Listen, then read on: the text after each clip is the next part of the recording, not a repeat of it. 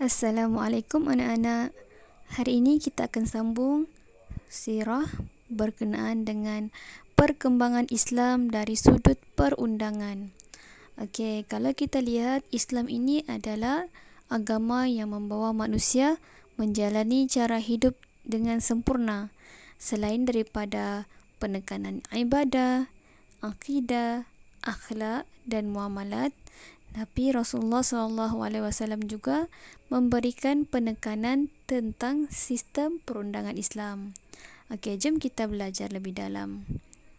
Perundangan Islam yang pertama dalam sejarah Islam bermula pada tahun pertama Hijrah.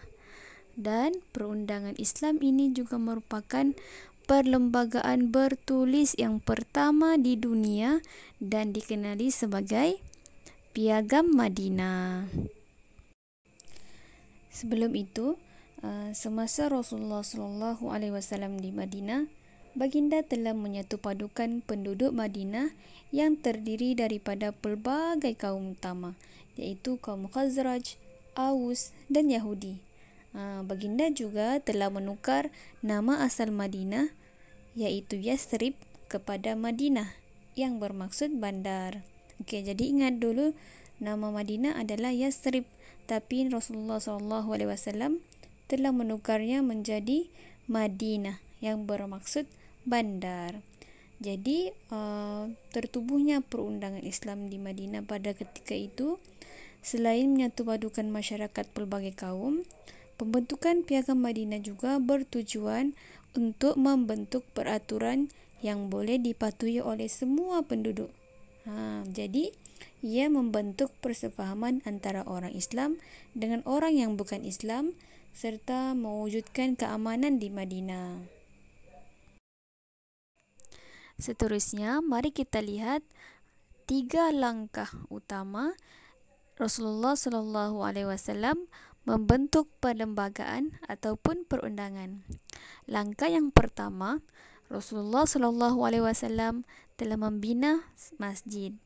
Okey, jadi pada zaman Rasulullah SAW, masjid ini bukan sahaja tempat untuk beribadah, tetapi ia juga dijadikan sebagai tempat untuk menyebarkan ajaran Islam, menyelesaikan masalah, bersosial dan turut dijadikan pusat pentadbiran. Rasulullah SAW telah mempersaudarakan kaum Muhajirin dan Ansar. Langkah ini adalah untuk melahirkan persefahaman antara kaum Muhajirin dan Ansar. Okey, jadi langkah yang ketiga pula, Rasulullah SAW telah membuat perjanjian dengan orang Yahudi. Jadi Rasulullah SAW mengadakan perjanjian dengan orang Yahudi untuk bersama-sama mempertahankan keselamatan Madinah daripada ancaman luar dan memberi jaminan bahawa mereka tidak akan diperangi. Sekarang kita akan lihat apa kandungan Piagam Madinah. Okey, yang pertama, Rasulullah SAW diakui sebagai ketua negara.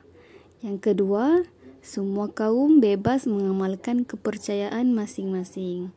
Yang ketiga, bersama-sama mempertahankan kota Madinah. Yang keempat, bekerjasama dalam bidang ekonomi. Yang kelima, hidup sebagai satu bangsa Madinah. Seterusnya, ditegah bermusuhan. Yang ketujuh, dilarang berperang sesama sendiri. Dan yang terakhir, keselamatan orang-orang bukan Islam adalah terjamin. Seterusnya adalah kesimpulan daripada pembelajaran kita pada kali ini. Okey, jadi perundangan Islam ni adalah yang paling adil kerana berandaskan kepada Al-Quran dan juga As-Sunnah. Dan sistem perundangan Islam juga sesuai untuk semua kaum dan bangsa.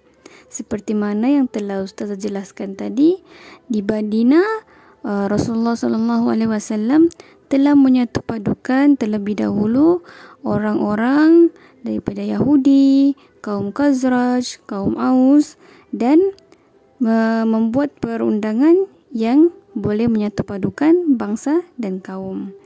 Dan yang ketiga, undang-undang negara wajib dipatuhi oleh semua rakyat. Macam kita di Malaysia, kita pun ada undang-undang, jadi kita pun mesti ikut undang-undang yang kerajaan telah tetapkan atau pemerintah telah tetapkan. Dan yang terakhir, keharmonian negara akan terjamin jika semua rakyat mematuhi undang-undang. Jadi, jadilah rakyat yang mematuhi undang-undang dimanapun berada. Dengan itu berakhirlah pembelajaran kita pada episod kali ini. InsyaAllah kita akan sambung pada episod akan datang. Ustazah berharap semua anak-anak dapat memahami apa yang Ustazah sampaikan pada episod kali ini. Assalamualaikum.